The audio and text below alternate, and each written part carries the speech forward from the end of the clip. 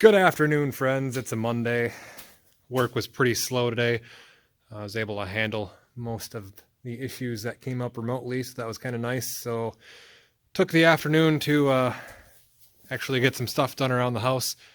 Just got back from the hardware store, picked up some carpet pad, installation tools, and grabbed this load of cheap one-by material from Menards as well. My plan is to take this and turn it into kind of some rustic trim for the baseboard and around the windows in the room in the house that I'm turning into my office.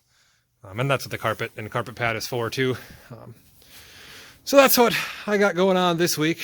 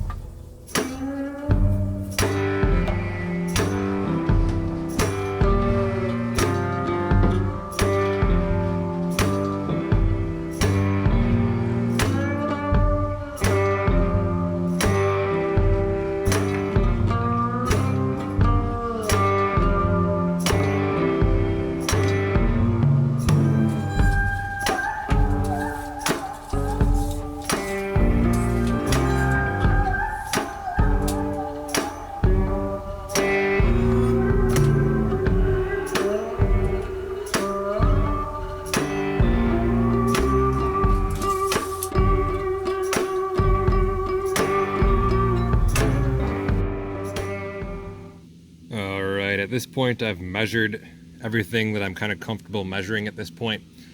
So I'm going to get these cut and then probably start the distressing process and see if I can get a coat of urethane on these pieces and then actually get them nailed in place before I measure, cut, distress, and clear the rest of them that have to go up there. And that's just because I'm not working with anything that's really, I guess, square or plumb or anything like that. It's all kind of wonky because of how my house has settled over the past 50 years.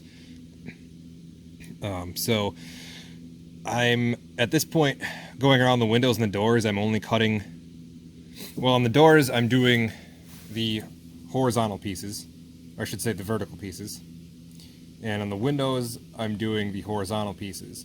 On the window, my reasoning for doing that is I just want to get the tops and the bottoms up there and then measure the distance of each of the vertical pieces on the left and the right side, just to make sure they're going to fit properly and try and minimize the gap. I think no matter what I do, this is just going to shrink up over time, and there's going to be noticeable gaps. But you know, I'm kind of just gonna, for the sake of, I don't know, I'm just gonna chalk that up to part of the look. I guess that's kind of what I'm trying to do. Like I said, I'm trying to make it look sort of like rustic, woodsy, kind of like a cabin. And I mean, there's just going to be gaps, and there's nothing that I can really do about it, just based off of the material that I'm working with. But I'm doing the best that I can to try and minimize gaps and, you know, miscuts and stuff like that, and get it to look as good as I possibly can. But I guess that's one of the advantages of going with the rustic look, is you can kind of shove your mistakes under the rug and being like, oh, it's supposed to look like that, you know. But anyway, yeah, let's get these cut, and I guess we'll verify that they actually fit relatively sorta kind of the way that they're supposed to before we go any further. And then I've got most of the baseboard cut, as you saw in the video there. I just want to get the like I said, I have a boiler, so the radiant heat baseboard thing, the pipes that are in each room, I have the covers off of those. So I want to get those sanded, painted, and put back on, so I can get the exact measurement right up next to the edge of the baseboard heater there. Again, to minimize gaps. But I have those pulled off because they are just caked with years of latex paint. So I want to try and clean those up as best I can and put some kind of a better coating on them. I mean, it's still going to be paint, probably going to be spray paint, but I use this hammered copper spray paint in the past. I actually have this on the baseboard heater covers in my bedroom, or in the master bedroom, and it looks pretty good. So I think I'm going to try and go with that again, and we'll just keep that consistent throughout all of the rooms. And I think that'll look good enough to me. I don't know, I'll try it out, see how it looks. But yeah, that's the plan going forward anyway. So we're gonna get these cut, and yeah, we'll keep marching forward here.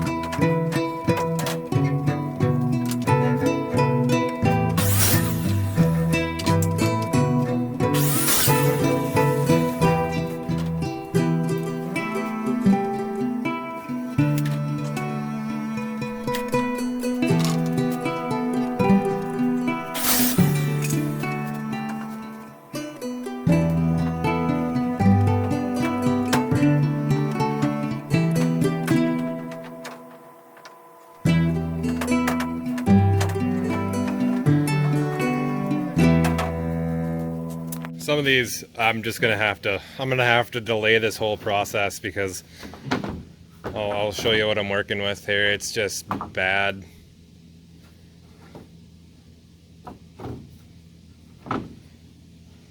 See that wet spot at the front of the truck there? How all those ends are just crooked as hell. Yeah, that's not going on a wall anytime soon. But that's what you get sometimes. I mean, a lot of this stuff is actually relatively straight. I mean, these were relatively straight when I picked them up, but it's just because they were sitting by that water. I mean, you look at these are actually, I mean, they're not bad. So, and I mean, these aren't the worst. I could cut some more out of these, but I think just to be on the safe side, I'm just gonna let these kind of chill for, well, I'll let them sit for a day. I mean, it might take as long as a week for them to dry out, but yeah, I mean, I'm not in any hurry to get this done, so I'm just gonna wait, like I said, until they straighten out a little bit, and then we'll try her again. I'm planning on using my old broad hatchet to distress those boards, and been meaning to do this for the longest time, but I'll use this to chop my kindling for the wood stove in the house. And the as you can see, the head just keeps sliding off of it, so I want to drive another wedge into the top of it and hopefully keep that from flying off and hitting something that it's not supposed to. So that's what we're going to do real quick, and then we're going to get back to work on those boards.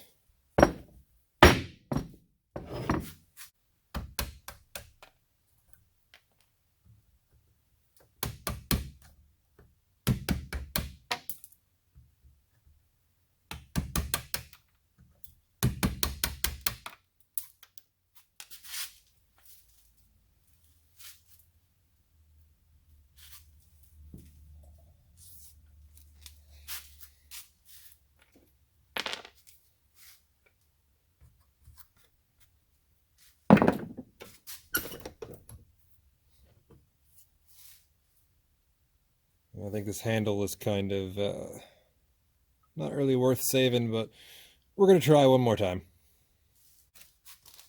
Kind of hoping that a couple new wedges will give it a little bit of life. And maybe after today I'll stick it in a bucket of oil and see if that helps at all.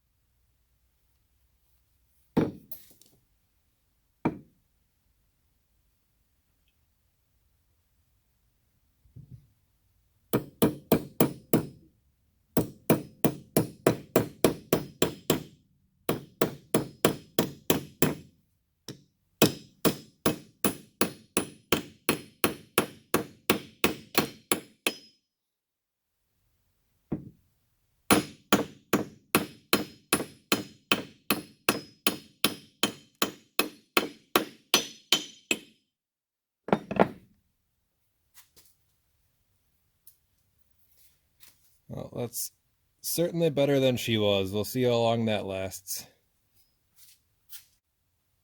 So back to the task at hand here. We're going to start distressing these pieces of trim. And really the goal here is to just kind of make them look like they were hand-hewn beams. And, you know, any way that you can really just make them look a little bit old and roughed up is good enough. I've seen some people actually get out like rotary tools and groove lines in them in all different directions. Personally, I mean, for something like this, just whacking it a couple times with the hatchet and putting a couple different dents and cracks in it, and I mean, that's good enough for me. And then on the pieces of trim going around the windows, I'm actually going to put little notches in the ends of the boards, and I'll show you how I do that.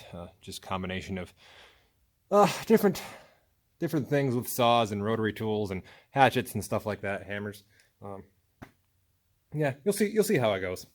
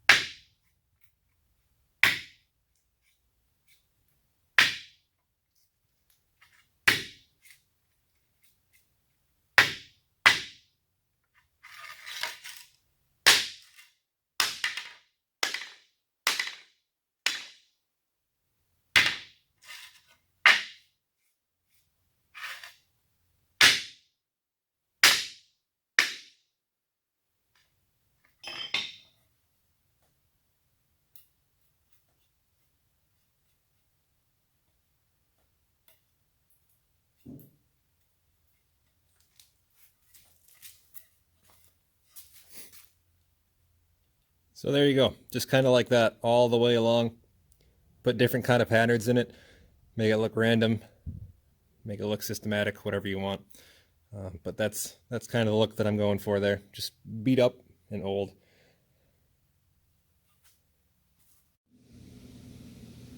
Okay, so I've got those done up the way that I want them, as good as they're gonna get, or as bad as I want them to get, I guess.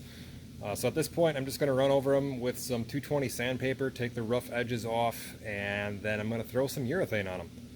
And I know this is only 3 boards, but I've got like probably another 10 to 12 to do. So I guess this is kind of just a quick overview of the process, and then once I show you what I'm doing to each one of them, I will bring you guys back in once they're all dry and ready to go on the wall a couple days from now.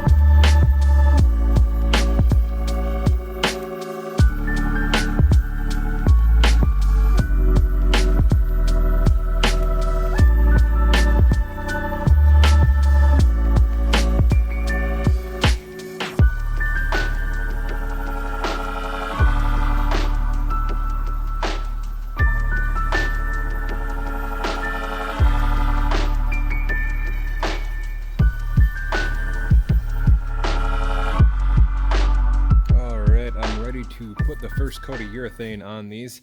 I decided not to distress the pieces that are going around the windows, and I guess that was sort of my plan from the beginning, which is why I bought quality board for around the windows and then just standard for the baseboard. I wanted the baseboard to have, you know, that rough look to it, and this is the kind of difference that you get between the standard and the quality. The price difference is not significant. I think it's only like 60 to 90 cents a board, something like that. But right, you don't get the big, you know, milling defects. I don't know what the right word is for those, but in some cases, for some applications, I think that looks good. In other cases, it doesn't.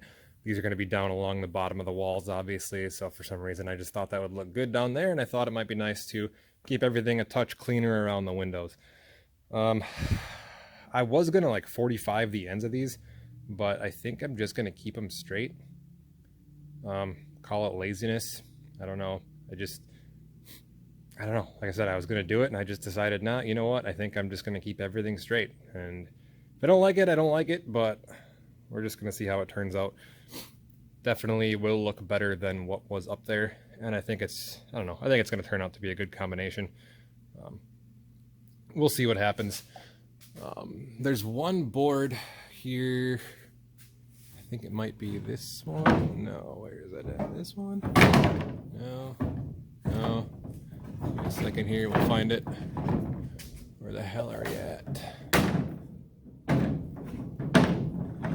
Ah, this one. It's got a real big, nasty chunk missing out of it down there. And then there's like a, I don't know what that is, what you call that, like a sap pocket or something like that from a branch. This is going to go over the closet door in that room. I guess I'm saving this one specifically for that because of those defects. And it's not horribly warped. I mean, it's it's not straight, but it's not nearly as bad as some of the other ones.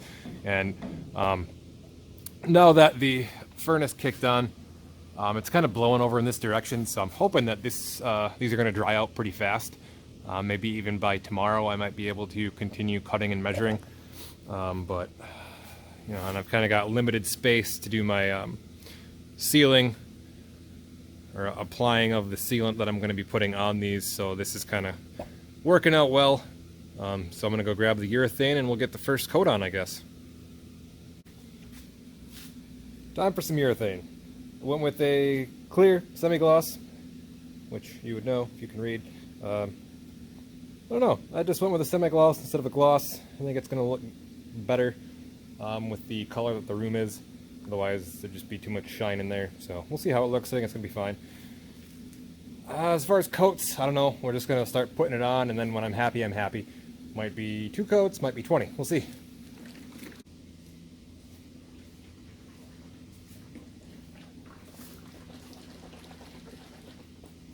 You know, I'm not 100% sure, but I don't think you're supposed to shake this stuff.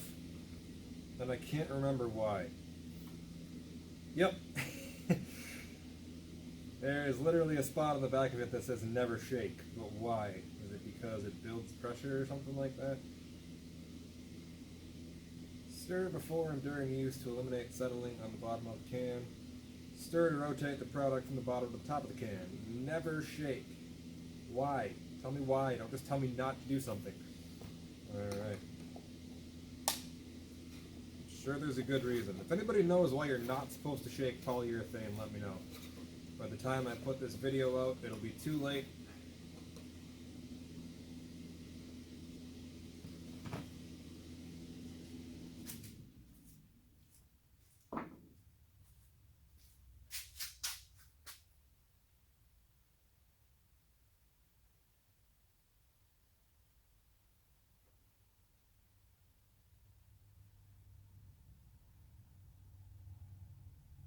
Well, you know what I'm going to do is I'm just going to open up the other can, see what the difference is.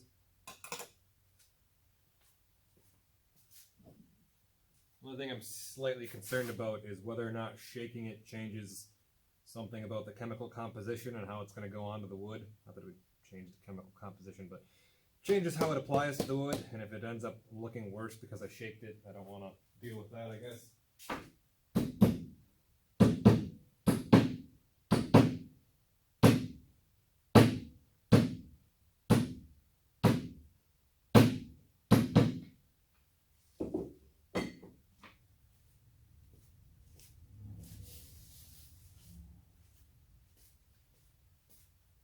I'm really bad at English. I just realized I said because I shaked it.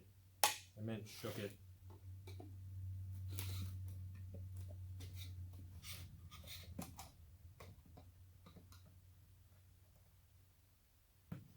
And that looks about the same, but with less bubbles in it. So I don't know.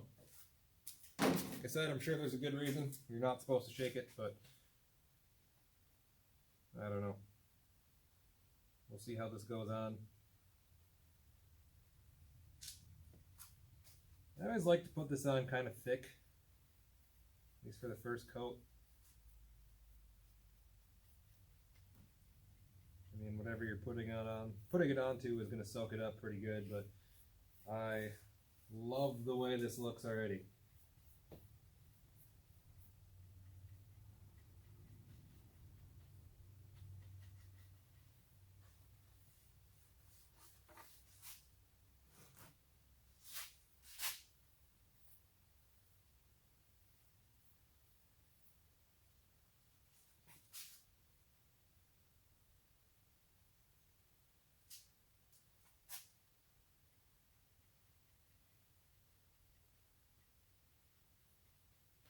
So on the pieces that I've distressed, I kind of like to make sure that it pools down in the indents and everything, just to make sure that everything in there gets a real nice coat, good coverage, I guess.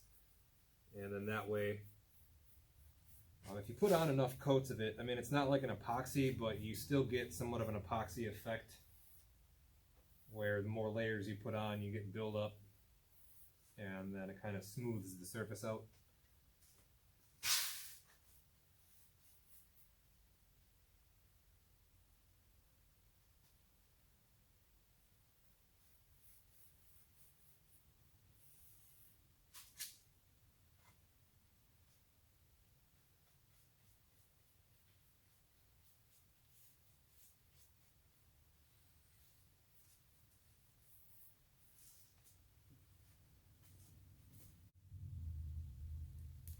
Alrighty, there's the first coat. Still a little bit tacky. I just got done putting it on, but it's insane how fast the dry wood just soaks it up. But you can see on how the pieces that I distressed, it really kind of highlights the hatchet marks, the distress marks, whatever you want to call them. But really it makes it look completely different. And I'm pretty happy with the way that turned out. I love the character in these really crappy boards. They look awesome compared to these three in the middle here that are just, you know, plain old white pine. Not too much to look at there. I mean, they still look good, but you know, you put it next to something like that and it's like, wow, that really catches your eye over there. And this one, I don't know what's up with this. It looks like a completely different species of wood, but obviously it's still pine. I don't know if it's like heartwood or if that's actually still white pine or if it's red pine. I don't know why it looks so much different, but that's why I grabbed it out of the pile, is because it had that red tint to it. I'm no forestry expert, so I can't tell you why that is. It almost looks like aromatic cedar, but it's not. So, but anyway, it looks cool. Getting off on a tangent there. Yeah, so the can says 3 to 4 hours, so that's what we're going to wait before we go ahead and slap another coat on there. And I'm thinking it'll probably be at least 3 more coats, I would think. We'll just have to see how it goes. I'll probably sand between coats starting after the second or possibly third coat, but I just want to get enough of a base on there before I start sanding. And you know, on these boards I do apply it pretty thin, but like I said, the ones that I distressed, I sort of slop it on there, let it sit for a little bit just so it gets into all the crevices and everything, and then go back with the brush and just kind of brush it out. Try and get it as thin as possible just so it dries evenly and there's no pools or runs or anything like that. But overall, she's going pretty good. So I'll check back in with you in a minute. All right, it's about a week-ish later now. I've been working on this just as I had time. The finishing process has taken, I mean, it takes a little bit of time, you know, because you gotta spray, wait, sand, spray, wait. The time adds up, but I had some issues using the brush on urethane that I had picked up. I just couldn't get it to lay properly, and I was losing bristles from the brush in the finish, and that wasn't looking too good, and I was getting runs and everything like that. So I had to sand it all down, and then I ended up just picking up some spray urethane, and I decided to go back to a clear gloss instead of a satin finish. I don't know why. I guess I just kind of liked the extra little bit of shine. It really doesn't look too much different, but I like the way that this looks. The camera's not really doing it justice, but it looks pretty good. I'm really loving the way that this rough stuff turned out. And I know, like I had mentioned, I decided not to rough up the boards that are going around the windows. and I decided that those are the only ones that I'm not going to rough up. I really, really liked the way that this turned out. I think that looks pretty damn good, and the wife agrees with me, so that's all the convincing I need. The rest of them are going to get done that way too. And these are just about ready to go on the wall. I think that's what I'm going to be doing tomorrow. I'm just going to let these dry overnight. I just finished up finishing them today, and yeah, I mean, I think overnight after they dry and harden up, it's been about 50 degrees outside all day today, and I had the heat on in here, and just kind of let it, sit right around 55 so those could dry properly. So I guess I'm just going to take the other boards that I have cut to length here and get those distressed, and then I think that's probably all I'm going to do tonight. And then I'll get these out of here tomorrow, and then that way I can continue sanding those after I get them all hacked up with the hatchet, and then I don't have to worry about dust getting into the finish on these or anything like that. It's dusty enough in here. I really need to clean some things up again, and my never-ending supply of cardboard just keeps growing. God. But yeah, I got super lucky this week. I'm probably going to do a video about this Harbor Freight toolbox. I had the bottom for probably about 2 months now. Well, actually longer than that. Probably close to 4 months, because about a month after I got it, I tried to pre-order the top, and Jesus Christ, it took forever. And I mean, I didn't actually get it. I ended up canceling the pre-sale because the lead time on getting that top chest was just ridiculous. At first they told me, I think I ordered it on December 26th. It was the day after Christmas, and I mean that, obviously I didn't expect to get it that day. But then they originally told me January 11th it would be in. That day came and went. They told me February 11th. That day came and went. They told me February 22nd. That day came and went. And then they told me March 10th. And on the day they told me March 10th, which was on February 22nd, I'm like, you know what, screw this. I don't want to wait for it any longer. I'm just going to return it and get my money back. So I got my money back for it. And I bought it when, it was like a 10% off sale or whatever for the U.S. General cabinets. So it was like, $284 or something like that is what I would have ended up paying for that top chest. And was out finishing up a job for work this week, about 2.5 hours away from home, and just happened to stop at a Harbor Freight. I'm just like, oh, whatever, I'll just stop in and see what they got, look for a couple of random tools that I needed.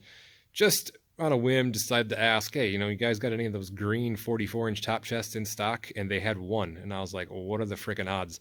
So I grabbed that, crammed it into the work car, and brought it home, and there she sits. So I'm super excited to have that. For as cheap as they are, I can't believe how tough they are. I mean, they're really well built, the drawer slides and everything, for what you pay for them. Like I said, this whole setup is like, I think a total right under $700, which is, I don't know how that compares to some of the other homeowner boxes out there, but I mean, obviously, it's probably not Snap-on quality. I don't really know. I've never looked at a Snap-on or a Matco or something like that, but I don't really need anything like that. For everything that I need, this is plenty good enough for what I need around the garage here. So yeah, super excited to have that. Can't complain at what they what they charge for them. I know it kind of sucks they're made in China, but I guess what isn't these days, and for the price it's kind of hard to beat. But if there was something American made that was at least relatively in the ballpark, that you could get a nice 44-inch chest like this, complete set for less than $1,000, I'd totally be into it. But, kind of feels like you're selling out a little bit, but got to do what you got to do, I guess. You only have so many choices. So, but like I said, it does seem like a quality product. I'm going to be going through. Like I said, I'll do a review of that whole setup, and then at the same time I think I'm going to kind of go through and outline / overview every tool that I have from Harbor Freight, and you know, why I bought it and what I ended up using it for, if I still have it, if I'd buy it again, if I'd throw it away, stuff like that. Well, yeah, that's probably coming up anyway. You know, my usual style, getting off on a tangent here, but yeah, that's the plan for the rest of tonight. We're gonna let this dry. I might actually bring it into the house right now, and then that way I can get going on the next stuff here. So stick around, see how she turns out.